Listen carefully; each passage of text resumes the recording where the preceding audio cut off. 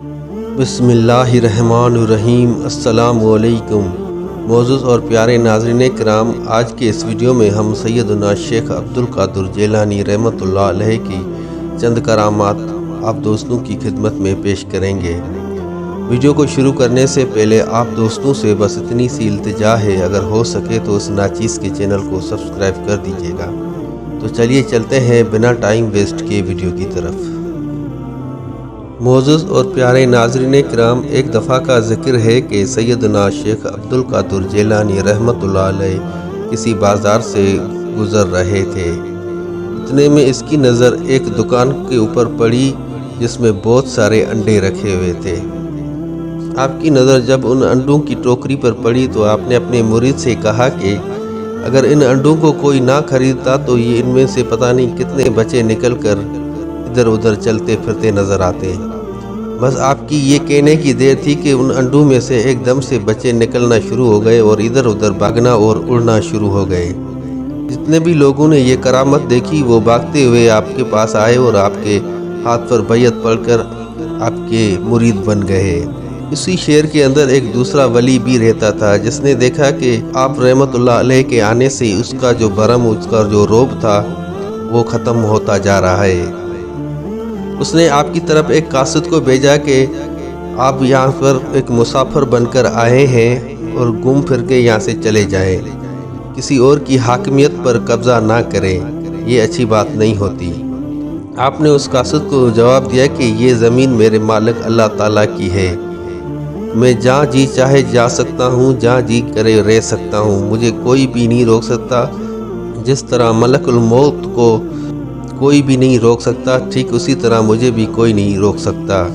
बस उसका ये कहने की देर थी कि उसी वक्त मलकुल मौत हाजिर हुए और उस वली की रूह कब्ज़ करके चले गए और इस तरह से उनकी वफ़ात हो गई। नाज़रीन किराम, एक मरतबा का ज़िक्र है कि आप अपनी दरगाह इलाही में बैठे हुए थे कि आपकी एक मुरीदानी औरत आपके पास आई और कहा कि मेरी शादी को काफ़ी अरसा हो गया है लेकिन मुझे औलाद नहीं हो रही, तो लिहाजा आप मेरे हक़ में दुआ कीजिए ताकि अल्लाह रब्बुल इज़्ज़त मुझे औलाद की नेमत से नवाजे। उसने ये कहा तो आप थोड़ी देर खामोश रहे। उसके बाद आपने अपने दोनों हाथ उठाए और अल्लाह के बारगाह में अर्ज़ की। अल्लाह पाक ने फ़रिश्तों के ज़रिए आपको बताया कि उस औरत के नसीब में कोई भी औलाद नहीं। तो आपने फिर दोबारा से वही दुआ की तो फिर आपको दोबारा से वही जवाब मिला। तो आपने जलाल में आकर अपनी गोदड़ी मुबारक उतार कर ज़मीन पर फेंक दी और आसमान की तरफ देखते हुए ये कहा कि तब तक मैं इस गोदड़ी को नहीं पहनूंगा जब तक इस नामुराद की मुराद पूरी नहीं हो जाती। उसी हालत में आपके पास रसूल करीम सल्लल्लाहु अलैहि वसल्लम आपके पास पहुँचे और फरमाया कि ए अब्दुल क़ादिर जिलानी, अल्लाह की ज़ात बेनियाज़ है, वो बेनियाज़ बादशाह है और वो अपने प्यारे यानी कि महबूब बंदों की कोई भी दुआ रद्द नहीं फरमाते। लिहाजा आप अपनी गोदड़ी मुबारक पहन ले, आपकी दुआ अल्लाह के बारगाह में कबूल हो गई है। फिर आपने 2 रकात शुक्राने की नमाज अदा की और वो औरत अपने घर चली गई।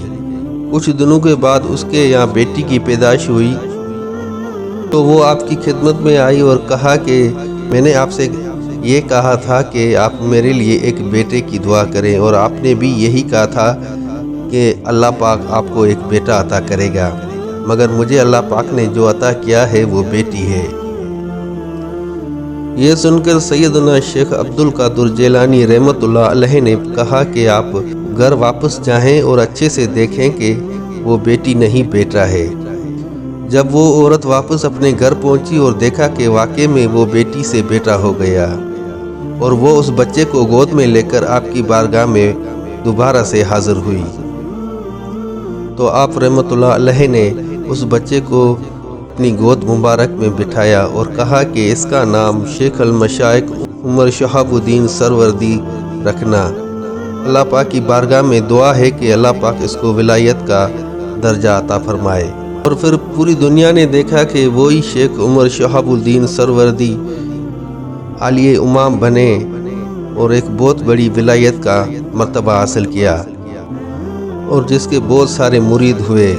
ان مریدوں میں سے ایک شیخ بہاؤالدین زکریا ملتانی رحمۃ اللہ علیہ اور شیخ حمید الدین ناگوری رحمۃ اللہ علیہ اور شیخ سعدی شیرازی رحمۃ اللہ علیہ اور بھی بہت سارے مریدوں میں سے ولایت کے درجے پر پہنچے۔